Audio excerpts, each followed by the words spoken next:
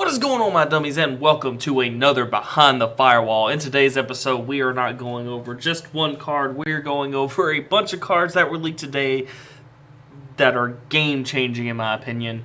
These cards are super powerful. We had support for them back in set 1.0, which officially is not out as of this video, of being posted of this video. But you can get your hands on them. It's the Diaboromon line. We got the entire line plus a new tamer for it and a new level 7 to go along with it. So I'm going to jump right in so I'm not wasting your guys' time.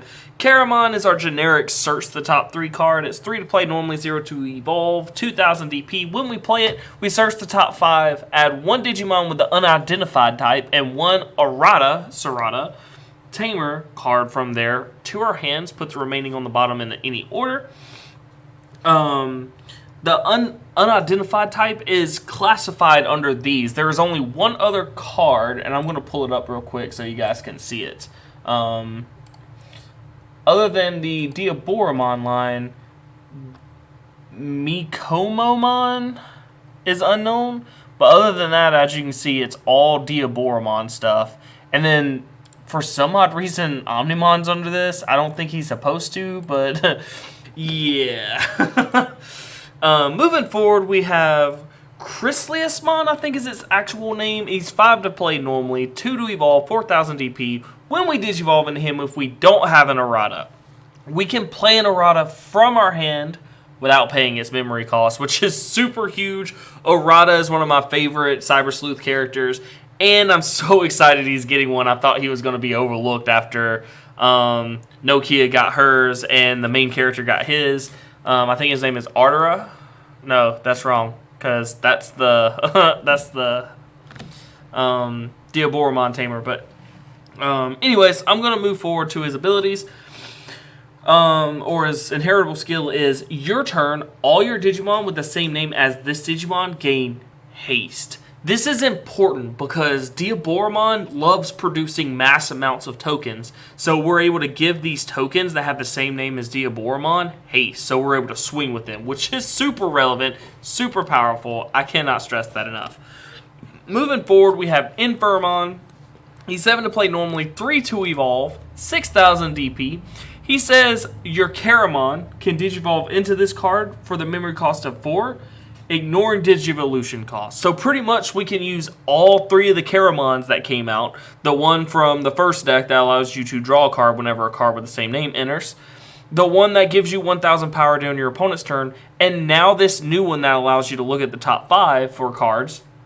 Now we can just play this Infirmon on top of those. So we already have 3 rookies, meaning we have 12 rookies we can play in the deck, where Infirmon can take advantage of those. The next ability is On Deletion, which is an inheritable skill. Play 1 Diaboromon token without paying its mana cost.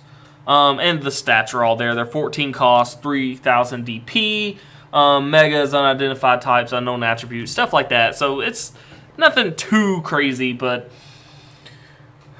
that is crazy. Just given it when I die, I'm going to put this into play. Super relevant, super cool. It makes your opponent think twice about it because of the level 7 that's coming out with it. And I'm getting there, guys. I'm trying to rush through these so I can talk about the excitement that's going to come with all of this. Diaboromon, the new one, is pretty good.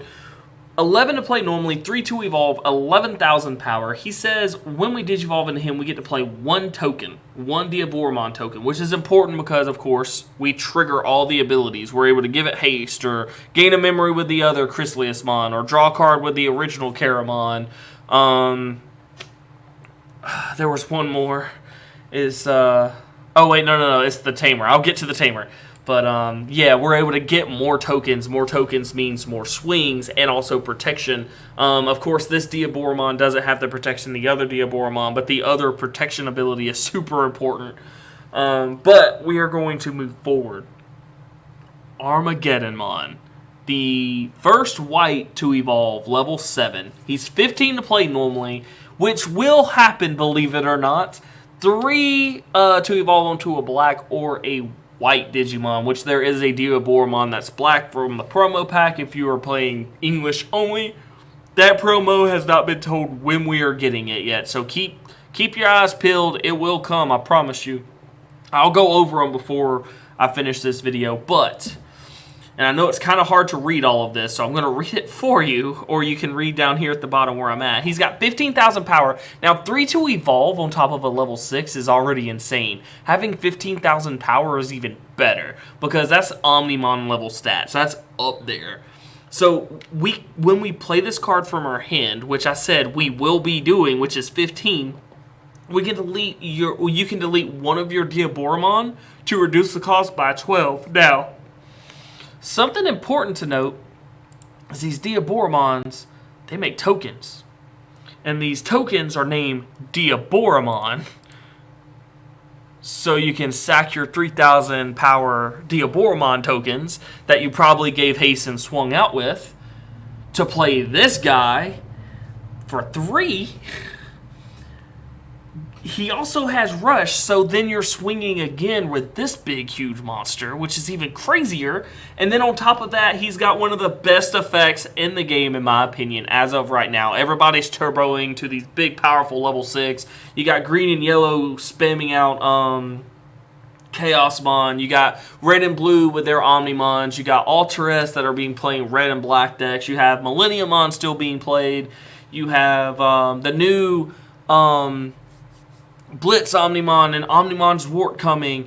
So many level 7s, all of which have on Digivolution skill. There is not one that does not have on Digivolve, which is super relevant. But what he does is all turns, all level 7 Digimon do not activate their when Digivolve effects. Now notice it says all. That includes your own. It's not just your opponent's, it is yours as well. However, he does not have a on-play ability. He just has Rush and a static ability that stays there. So he does not hurt himself whatsoever. He doesn't even care that you exist. He's just there.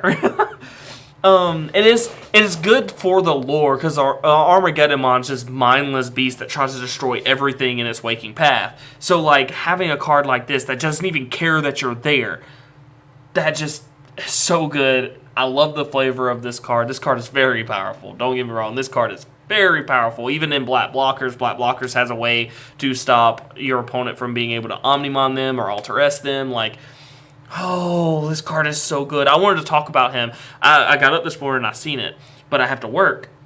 So I wasn't able to make this video, but I'm able to make it now. And ooh, I hope you guys can feel my excitement from this. But that is not all. The best card, in my opinion, even though the Armageddemon is so good, the best card out of all of this is actually Arata Sadara. Or Sandara. Arata. That's what I call him, Arata. He's 3 to play normally. Security effect puts him into play without paying his memory cost, which is super cool. At the start of our turn, if we have a Digimon with the unidentified type in our trash, gain 1 memory. Sorry, the excitement's getting to me, guys. Which we are always going to have nothing but unknown cards in our graveyard in the first place. Even Armageddemon registers as an unidentified type, meaning that everything in the deck that's not an option card or Ardara himself will trigger this ability. The more the merrier, of course, because we can't keep gaining memory. And don't forget that the Chrysalis Mod can put Arata into play for free whenever you Digivolve into it, and that's plus 3 memory already. But moving forward, during our turn, when we Digivolve your Digimon into Diaboromon, you can suspend this tamer to play 1 Diaboromon token without paying its memory cost. That is big, guys. Like, we're talking being able to play a Diaboromon, get a Rata skill off. The new Diaboromon will make his own token. We're able to give them haste with the new Chrysalis Mod, so we're able to swing with both of them. If one of them survives, we're able to sacrifice it for Armageddemon to swing again. That's 4 attacks just on your level 6. You can turbo into him if you want to because the Infirmon exists, but I'm not getting into that. That's combos and whatnot. I'm not going over combos. I'm excited to do this deck, but I have to wait a little while until, you know, set 1.5 is over. I've got a few more decks for it. But we're going to move forward some cards that work with this, and of course we're going to go over some of the cards I talked about. The first one being Caramon. The inheritable skill is if another Digimon with the same name as this Digimon enters play, we draw a card. Really relevant card with our Diaboromon tokens, that is. We're able to spit out a bunch of tokens really quickly. And with that being said, every token that we have in our play, we get to draw a card, because this is not once per turn. This is like Diaboromon. It does not have that hard restriction. So as we're doing it, we're just drawing cards. Especially if this and the Chrysalis Mod are up under it, we get 1 token on Digivolution, 1 token off the errata, so that's 2 tokens. So we're gaining +2. We're drawing 2 cards off of it. That's insane. The other one is this Chrysalis Mod. This is a great backup level 4. When we play another Digimon with the same name, gain 1 memory.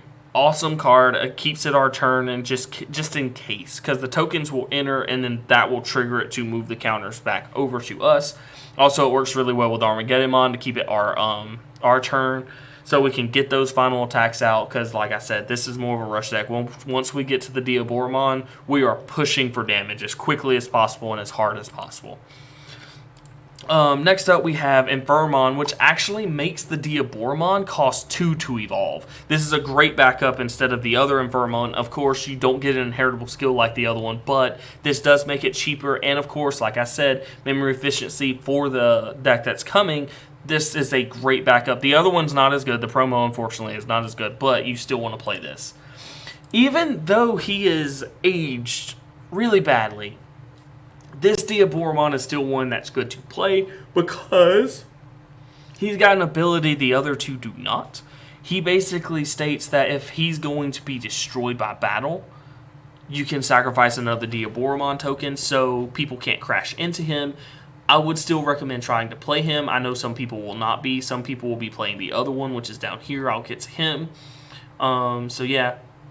Moving forward, we have the promo Caramon. Just 1,000 power during our opponent's turn. Nothing too special, but can come up in some instances where your opponent has a 12k body and you're like, haha, you got to kill it to kill it. Moving forward, we will be like, you want to play this Chrysalis Mod, even though it doesn't feel like it's good. It is an unknown type, and it's the only unknown type blocker that you can play. Even though it's a level 4, this is important. We do play this. You have to play this in that deck. Moving forward, this Infernomon is not really good. When played, Digivolve 1. He's 7 to play normally, so just play an option card. But finally, we have Diaboromon promo that says security attack +1 for every Diaboromon we control. So basically what comes down from that is if we're able to get the ability off of errata. Let's say we have 2 erratas and we digivolve into this Diaboromon. Now we have 2 Diaboromon tokens, which have haste because of the Chrysalis. We swing with both of those. If one of them survives, we go into Armageddemon. From Armageddemon, we're able to swing for another security, or we just swing for the rest of their security with Diaboromon and then swing with Armageddemon to finish off the game. So, those are cards, like, these are all the unknown types. This is all Diaboromon stuff. I wanted to go over all of it. I might as well. I love this. Diaboromon being one of the first major villain, or the first villain in the movie, was already cool enough. The fact that Diaboromon's getting support that says, hey, I don't care that your Omnimon exists, makes it even better. But guys, if you enjoyed this Firewall, leave a like and a comment. Let me know some cards I might have missed that would go perfectly with Diaboromon. Also, subscribe to the channel. Every subscription helps. The more subscriptions, the more content comes out for my Digimon stuff. But until next time, guys, have a blessed one.